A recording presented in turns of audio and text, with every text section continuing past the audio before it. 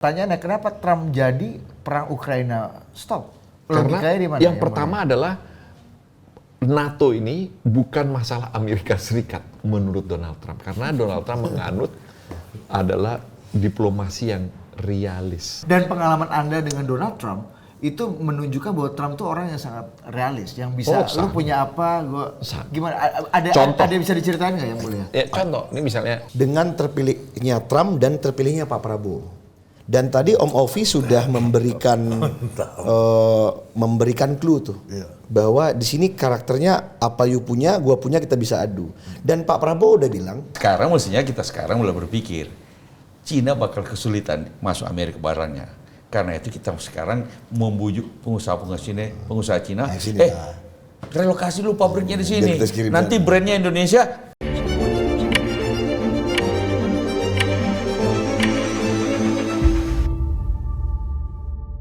Oke, kita kembali di The Authority. Karena sekarang harus lebih fluence lu. Kalau lu lancar, kalau gua nggak perlu lancar. Iya, yang penting substansi. Ya syariat gitu lu aja. Iya. Ya kan? Dia authority. Ya, syariat broadcast maksudnya. Iya. Karena gua bukan pemain broadcast ya. Ini lanjutan dari Total Politik sebenarnya. Betul. Nah, ini kolaborasi ya Total Politik sama authority ya. Padahal kita juga itu. Iya. Ini kan sama kayak Partai Demokrat dan Lavani. Ini ada juga, ya kan? Lutfi dan Hipmi. bisa. Kesannya beda. Iya. Itu kayak ketum Golkar sekarang. Tum, ini pagi ada pidato di MKGR, siang di AMPI. Oh, nggak bisa jadi satu itu. Sama-sama aja tuh mereka. Ujungnya aku udah tahu, kakak baru baca, kakak baru tulis, aku baca. Ada yang baru tulis, kakak baca. Sudah bersama-sama nih kita nih. Yang mulia M. Lutfi, juara pidato Amerika. Dan satu-satunya teman Donald Trump di antara kita. Iya. Kalau mantan-mantan kan kebanyakan. Betul. Panjang banget kita setengah jam acara ini bisa menjelaskan mantan ketua HIPMI, mantan kepala ketua OSIS, macam-macam kan. Sama yang pasti temannya Donald Trump. Tapi authority bukan bisnis modelnya umbang-umbang nggak ada. Ini kita mulai. Ini kita mulai. Makanya ada kolaborasi. Gara-gara Om Ovi, umbang-umbang masuk. Ya, itu ada Paman Sap ya, biasa. pemain gelandang kiri ya. Kadang bisa jadi back juga. Bisa. Tiba-tiba di tribun penonton. Tergantung kebutuhan. Kalau supporter lagi sepi dia bisa jadi pemandu sorak, Bos. Betul, ya. Dan ada Bang Andi Alivia Malaranggang ya, salah satu di antara kita, kalau tadi salah satu di antara kita yang pernah jadi temannya Donald Trump, salah satu di antara kita yang pernah jadi anggota KPU. Dan perumus undang-undang politik, Paket undang-undang politik. Nah, kita langsung ke yang mulia dulu deh. Ini sebagai orang yang mengenal pernah bertemu langsung sama Presiden Trump selain Fadlizon dan Haritanu. Dan Fahri Hamzah jangan lupa. Waktu itu ada Fahri Hamzah kan yang dikenal. Udah jadi wamen perumahan. Semuanya udah jadi kabinet Pak Prabowo. Nah, kira-kira menurut Yang Mulia Lutfi nih ya,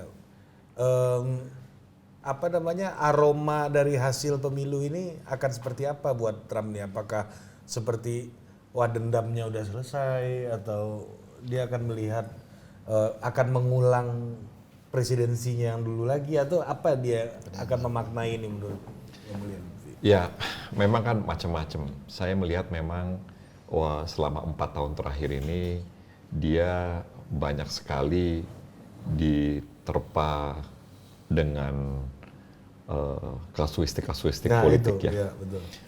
Misalnya di State of New York, di Georgia, itu kalau dengerin ceritanya serem gitu. Jadi saya mungkin sebagai manusia gitu merasa bahwa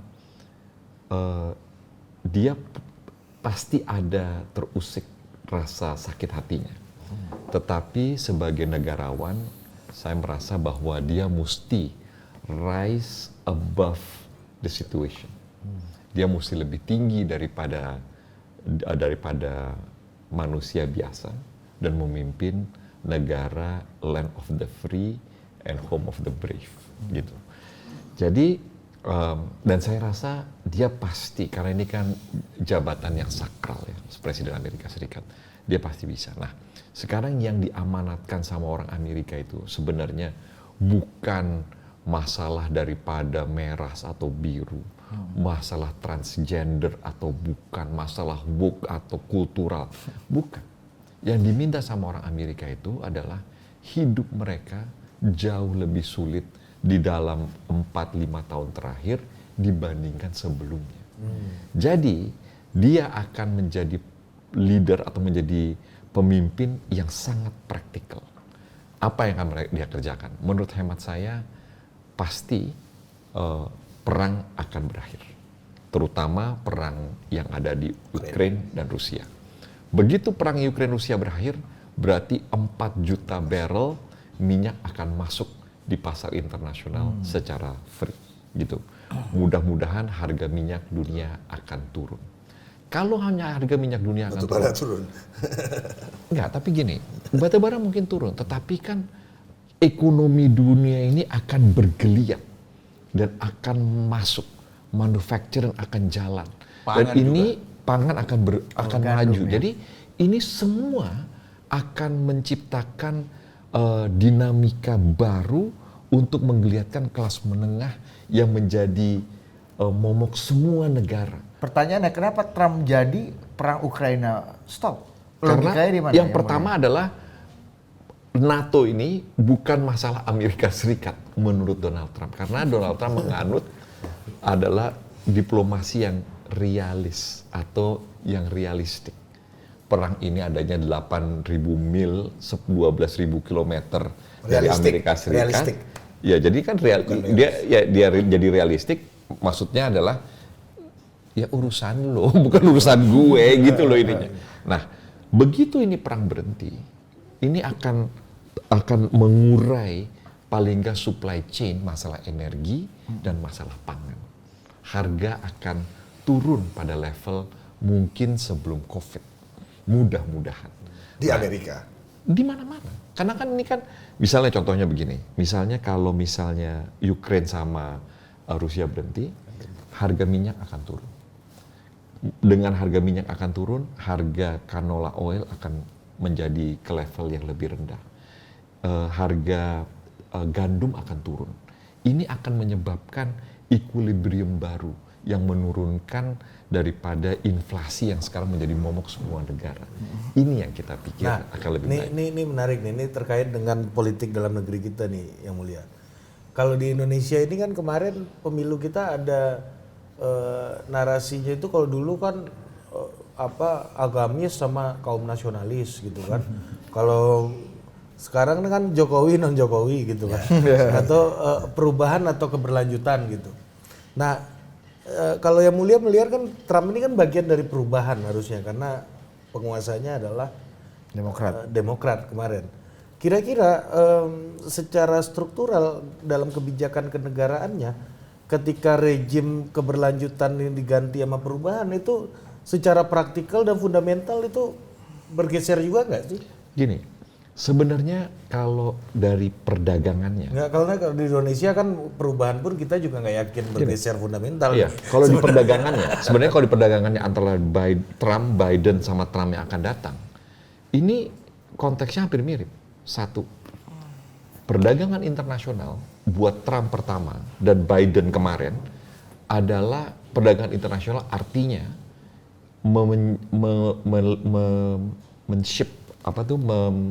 melempar pekerjaan untuk orang Amerika ke luar negeri. Jadi mereka anti. Yang pertama kali yang paling besar adalah Cina. Jadi semua kebijakan Cinanya Donald Trump dilanjutkan oleh Joe Biden. Itu semuanya. Dan bahkan sama Joe Biden itu kasarnya disempurnakan. Sama ada perbedaan sebenarnya. Nggak ada perbedaan. Dosisnya dinaikin. Disempurnakan. Jadi yang tadinya pakai executive order sama Joe Biden dipakai undang-undang. Gitu loh. Nah, sekarang balik lagi diteruskan sama Donald Trump. Nah, perbedaan keduanya adalah ini yang saya lihat ya Bang Anto ya sama Bu Miftah ya. Ini adalah kalau yang Donald Trump itu dia tuh ada gininya nih, Indonesia lucu nih, gitu ya. Kita bisa nggak ngomong, what do you have, And what do I want?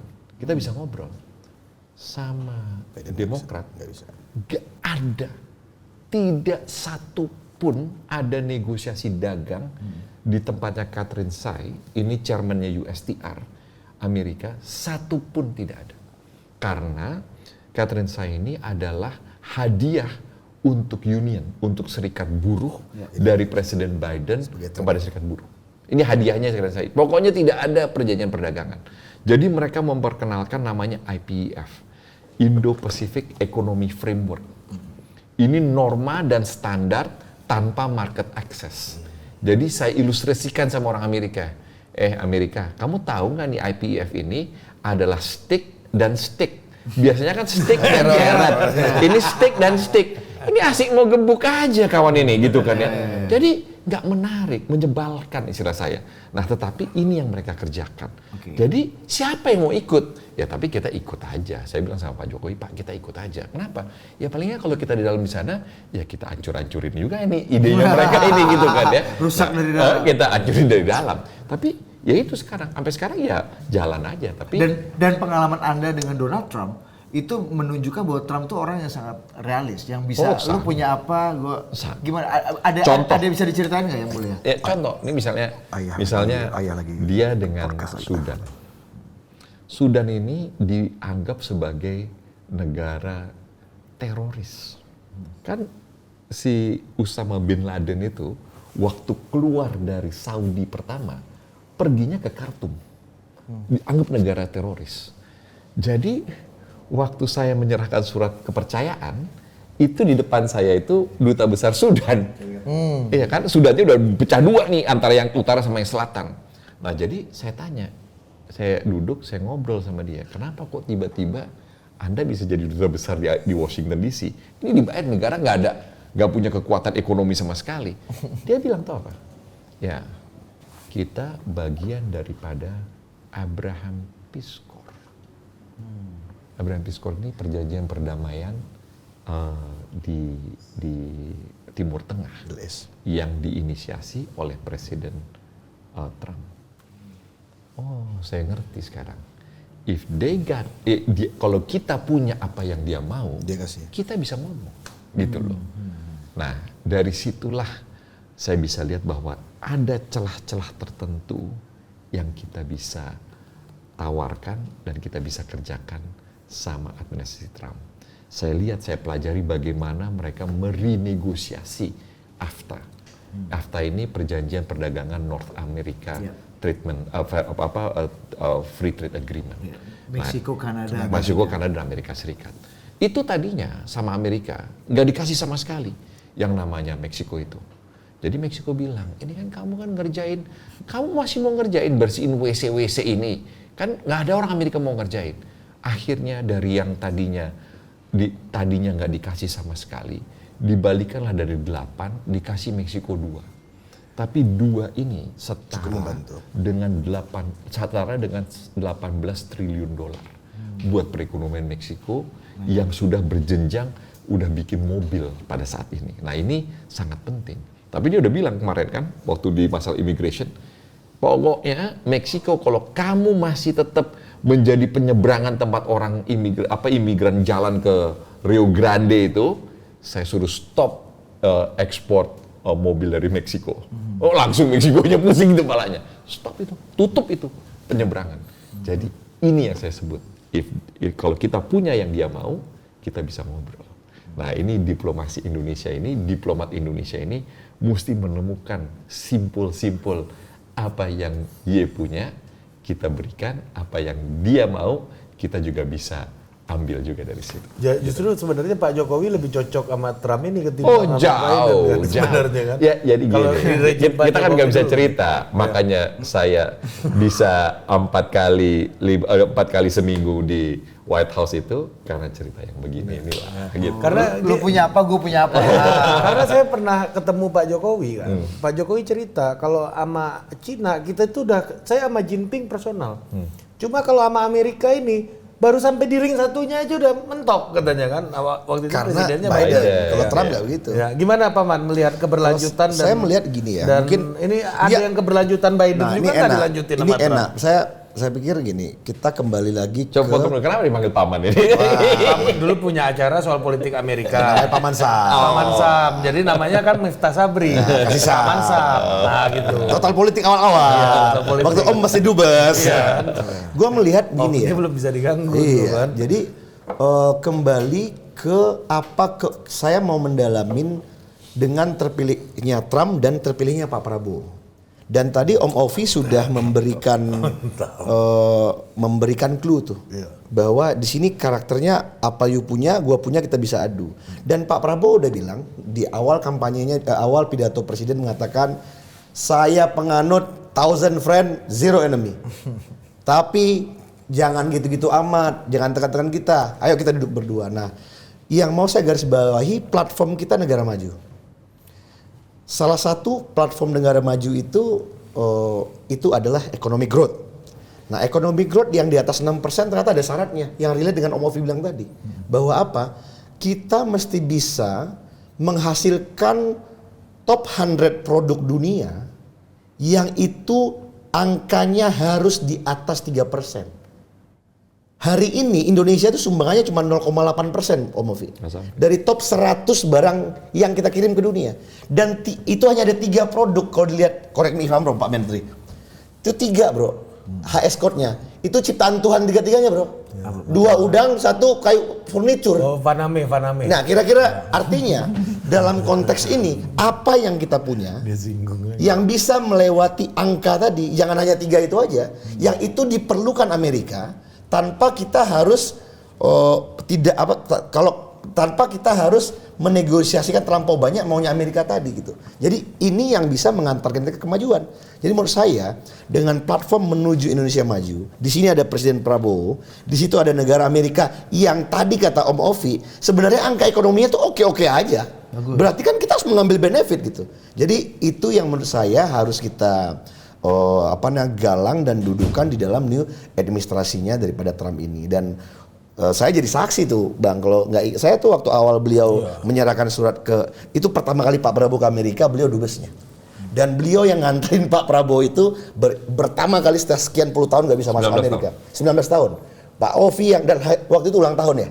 Lagi ulang tahun ditraktir makan kita sama Pak Prabowo dan Om Ovi. Om Ovi mau ngeluarin kartu nggak boleh sama Pak Prabowo. Saya ada saksi waktu itu. Akhirnya lu yang ngeluarin. Oh enggak, dua orang ini gengsinya tinggi. Kita tahu kalau kenal sama Om Ovi ini nggak pernah bisa kita bayar makan. Dia mesti bayar makan.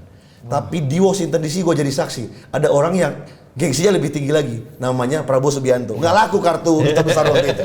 Nah artinya. Dan dia terpaksa ngalah ya. Nggak terpaksa ngalah bos, Menteri Pertahanan at that time, apalagi sekarang Presiden. Berarti Amerika pun bisa diatur sama beliau. Nah dan waktu itu dia nggak pakai jalur, dia pakai telepon aja masuk ke lingkaran satu daripada Donald Trump. Nah artinya ilmu HIPMI pun masih kepake. Masih pakai. Nah dan itu yang menurut saya harus semaksimal mungkin dilakukan. Politik domestik kita votersnya banyak nih Pak Prabowo. Kalau Donald Trump juga votersnya banyak. Nah ini mesti menguntungkan kedua belah pihak. Dan untungnya itu memang harus untung yang mendrive kita menuju kemajuan. Menjadi pasar lagi. Bisa nggak Amerika itu menjadi pasar produk-produk baru Indonesia di luar ciptaan Tuhan yang 3 tadi? Pasti bisa. Dan karena sekarang begini, ini adalah masa jabatan kedua dan terakhir bagi Trump. Karena itu dia tidak perlu lagi berpikir tentang mau terpilih lagi. Relax.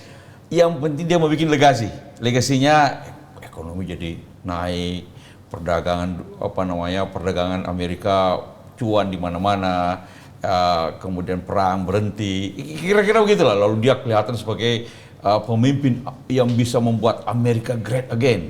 Nah, ini kesempatan. Dia ramah sama pengusaha. Dia nggak terlalu peduli lah. Pokoknya yuk bikin kita bisa deal, saling menguntungkan, aman. Keluarga dia juga keluarga pengusaha semua. Jadi teman-teman yang baris di depan tadi itu pengusaha semua. Pengusaha semua itu. Semua bisa. Dan kebetulan kita lihat tadi di panggung kulit putih semua. Sekarang mestinya kita mulai berpikir. Cina bakal kesulitan masuk Amerika barangnya. Karena itu kita sekarang membujuk pengusaha Cina, relokasi lu pabriknya di sini. Nanti brandnya Indonesia kirim lagi ke Amerika. Tarifnya pasti lebih murah, kan begitu. Ini kesempatan. Dia orang macam Trump, ini sudah paling cocok sekali. Ketemu dengan Kim Jong Un aja mau dia. Iya. Dengan siapa aja dia mau. Yang penting you bisa kasih yakinkan sama dia. Nah kalau beliau ini yang sudah punya akses dengan orang lingkaran-lingkarannya Trump di sana, ini mudah-mudahan segera kita bisa lanjut Nyala lagi supaya kartu bisa abang kita ini. Sama Kim Jong Un ketemunya di Singapura ya dulu ya Om ya? Iya, Singapura. Iya kan di Dua Singapura, kali, saya dua lihat mejanya ditaruh di museum. Di Singapura sama di DMZ. Sama DMZ di Montrezo. Jadi ini kesempatan, suka tidak suka. Banyak di antara kita kan sebenarnya lebih simpatik dengan Kamala Harris karena dianggap bahwa lebih ramah dengan isu-isu sosial. Ya, SJW lah semua gitu kan. Ya tapi faktanya Tapi Kamala Harris tidak membawa investasi ke Indonesia. Donald Trump jelas 18 hole di Lido itu. ini persoalannya. Memang di sinilah kelemahan kaum Demokrat yang kadang-kadang terlalu berkutat dengan nilai-nilai tertentu. LGBT misalnya. Kalau you nggak bikin undang-undang yang melegalisasi LGBT, dia nggak mau kasih dealing dengan segala macam urusan, termasuk perdagangan. Ini kan membuat urusan perdagangan dunia kok dikaitkan dengan LGBTQ kan begitu. Nah, ini kalau dalam Trump dan Republikan ini nggak ada urusan. Itu urusan lain, ini urusan lain. Semuanya jadi ideologis ya kalau Demokrat itu yang berkuasa. Itu persoalannya. Nah, ini harus kita ambil kesempatan. Dan bersamaan juga, pasti ini Pak Prabowo akan ketemu dengan Trump barangkali di APEC. APEC bulan berapa? Enggak, tapi kan dia belum jadi presiden. Belum jadi presiden ya? APEC nanti 20 Januari. 20 Presiden Januari dilantik iya 20 dong. Januari. Tanggal berapa Januari? Pelantikannya Enggak, 20 APEC Januari. ini sekarang. Iya. APEC ini tanggal 16 APEC dan November. G20 sekarang. Maju 20-nya barangkali bisa ketemu. Enggak, dua-duanya. Dua-duanya. Ini Pak Prabowo ini berangkat satu paket semua nih. G20 sama APEC. Amerika, Masih tetap Cina, Biden. jadi APEC. Masih Biden. Bang Hatta tapi tenang. Ambassador Ovi bisa atur backdoor pertemuan. Back channel Jadi ini communication. kesempatan. Back Ini channel. giveaway ini kan. Kita ambil kesempatan di sini. Itulah Artinya nyala lagi nih barang. Iya, gua nggak mau mengarahkan ke situ. Jadi kalau memang Ya, jangan terlalu eksplisit juga Pak Mas. Bukan, kalau gua kan saksi. Gua saksi hidup melihat kecanggihan Om Ovi ini Bang, di Washington DC itu kan. artinya ini kan sekarang posting ambassador kita di Washington DC kan lagi kosong nih. Nah, ini Nah, itu harus diisi. Harus diisi Gimana segera. Manto? Gimana? Setuju. Seberapa ini penting? harus diisi segera dengan orang yang kenal dengan ring kesatunya Trump. Dan ini karena the one and only. karena memang sekarang ini kita ingin duta besar yang Target memang bekerja untuk kepentingan Indonesia, urusan perdagangan, urusan berbagai macam hal yang kira-kira bisa menguntungkan. Kalau Trump realistik itu model politiknya, Prabowo juga sama. Harus ketemu. Nah, ketemu ini. Nah, Dan apalagi bro, ini mumpung ada dubesnya di sini. Di Kementerian Luar Negeri Amerika tuh agak sebel dalam beberapa periode terakhir terhadap Indonesia. Karena mereka merasa, saya punya konversasi bang dengan beberapa diplomat senior di sana, dia bilang, kalian ini nggak nganggap kita penting ya? Ini dubes ganti-ganti mulu. Sementara ini kan negara besar. Nah ininya saya pikir seperti ini nggak boleh terjadi lagi. Tapi saya yakin dan percaya Pak Prabowo kan lebih paham yang begini ya. Dia pasti Dan peduli dengan isu-isu internasional. bukan ganti-ganti mulu karena terlalu paten dubes-dubesnya ini untuk membantu membangun bangsa. bagi kita. Cuman kan bagi Amerikanya dianggap kayak bercanda-bercanda kalian naruh dubes di, karena bagi mereka kan naruh dubes di suatu negara itu suatu hal yang bisnis yang penting gitu. Cepat kali reshuffle di Dinda. Itu gitu. Tanggapan aspirasi ke Rakyat-rakyat ini. Ya, ini semuanya saya rasa benar gitu ya. Dan ini yang paling penting juga ini kan bagaimana mengimplementasikan bahwa setelah ini jalan kita bisa meng-capture kesempatan ini. Saya cerita kemarin Bang Anto. Indonesia ini sebenarnya akan menjadi akan menjadi pusat, bukan hanya pusat produksi tapi mesti jadi pusat inovasi. Saya kemarin cerita. Jadi ini Amerika baru bikin assessment setelah COVID. Dia nih jadi dia bikin studi bahwa obat di Amerika itu 30% datang dari Cina, 30% datang dari India, 30% datang dari rest of the world. yang 30% dari India. Ternyata setelah dicari-cari, value chain-nya dari Cina juga. Jadi katanya kalau kita mau perang sama Cina, diracun aja di barangnya. Kelar barangnya. Selesai. Jadi Amerika sudah memutuskan bahwa value chain ini akan dipotong. Dan mereka akan mencari sumber produksi baru. Nah, kita untuk yang berbasiskan obat, berbasiskan petrokimia, memang kita nggak bisa. Dan itu akan waktu lama. Cina memerlukan waktu 20 tahun. Sebenarnya nggak lama-lama banget, gitu kan ya. Nah, kita ingin sudah bisa meng-capture opportunity ini. Apalagi yang biologic. Biologic ini obatnya harganya satu kali obat nih buat obat kanker tuh satu kapsul, satu renten itu bisa $2.000, $3.000 itu buat obat kanker itu. Nah, ini sebenarnya mesti ada yang mempelajari dan ada yang yang ada yang memang mengkiter. Makanya jadi waktu di Paren bilang ada Menteri Research dan Teknologi, Pendidikan Tinggi Riset dan Teknologi ini fungsinya sebenarnya. Nah, jadi untuk bisa mengcapture ini mesti ada yang bisa menjembatani pembicaraan ini. Nah, untuk sampai ke sana tapi mesti ada dulu dong yang you scratch my back, I scratch your back, gitu kan. Nah, pembicara I scratch your back, you scratch my back ini mesti ada yang jagonya. Nah, hari ini saya melihat yang bisa mengerjakan itu ya diplomat nomor 1 Indonesia, yaitu Pak Prabowo Subianto-nya sendiri. Nah, kita lihatlah.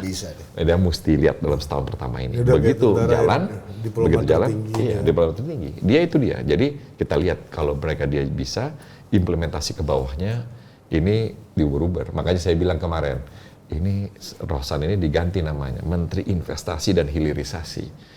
Dia bangga kan gitu kan, sebentar lagi nih Miftah ini kayak di Uber setan dia ini nanti.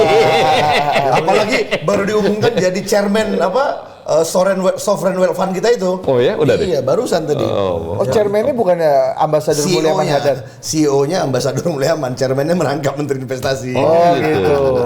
Ya.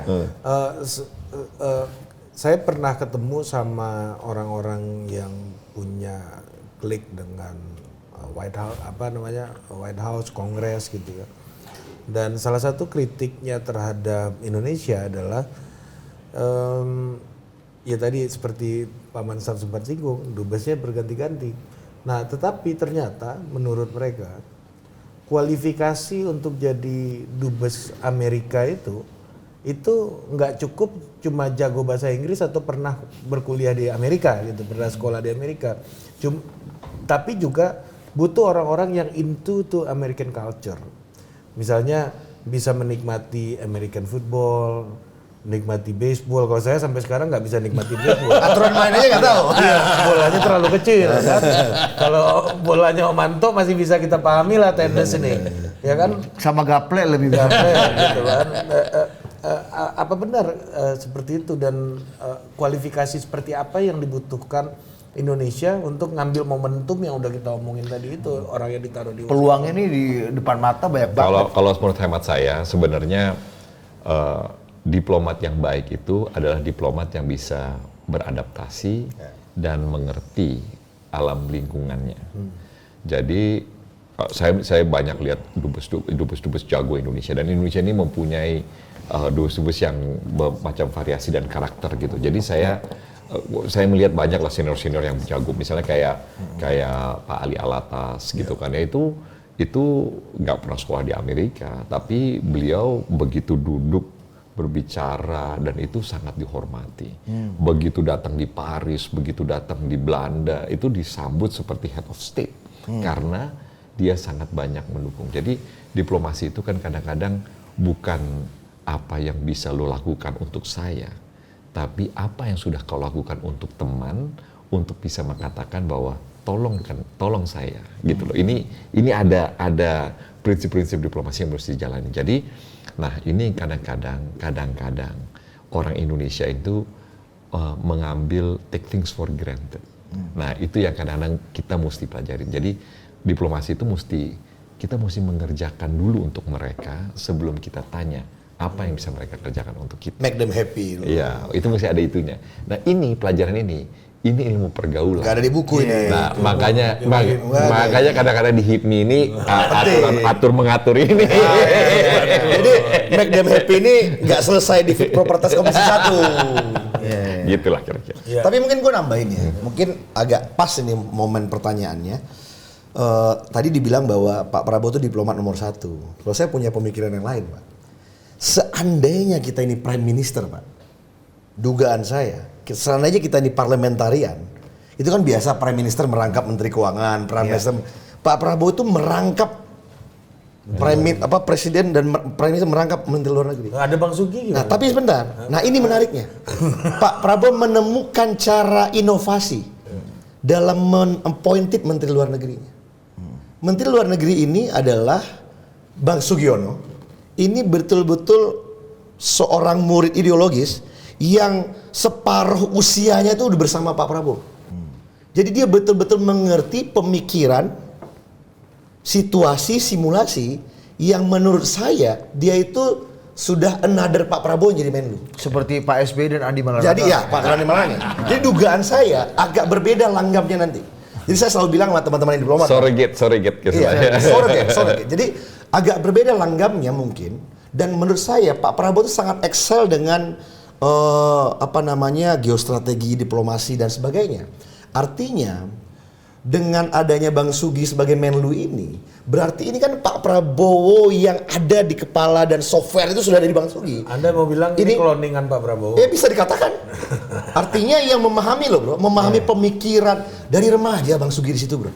Sisa setengah usianya sudah mendampingi Pak Prabowo. Nah artinya nature ini harus turun lagi. Jadi dubes ini harus mengerti maunya Presiden Prabowo bahwa diplomasi itu mesti untung sana untung sini. Dan Bang Sugi ngomong di BRICS, kita BRICS ini bukan berarti kita berpihak, justru karena kita ini teman semua orang kita masuk ke BRICS. Biar BRICS ini nggak jadi satu kelompok kelompok oposisi kelompok oposisi gitu. Nomor saya oposisi dunia. Ini agak unik. Jadi artinya bahwa tadi Bang Lutfi bilang bahwa lu harus ngerti dong maunya presiden apa sebagai top diplomat number 1. Dan sekarang ada Bang Sugi di sana dan ini dubes juga mesti paham. Dan korps diplomatik ini modelnya adalah berarti presiden punya mau diturunkan oleh Menlu, dubes laksanakan. Yang modelnya yang tadi one on one deliver. Dan tipikal ini kan intelektual yang jadi pemimpin pasukan komando. Nah itu saya pikir yang menarik untuk melihat relasi Indonesia Amerika di bawah Presiden baru Prabowo dengan Presiden Trump dan bagaimana itu beroleh kepada keuntungan ekonomi karena itu yang syarat bisa untuk menjadi negara maju. Dan memang kalau kita keinginan Pak Prabowo supaya pertumbuhan ekonomi kita 7-8%, rumus pertumbuhan ekonomi itu salah satunya investment. Selain consumption dan kemudian juga government expenditure, ekspor impor, salahnya investment. Harus bisa tarik tuh Bang. Harus bisa tarik. Ekspor impor kita surplus, satu investment masuk. Setelah itu kemudian government spending punya fiscal space-nya lebih besar, konsumsi masyarakat juga naik karena dia punya kemampuan untuk ekonomi bertambah.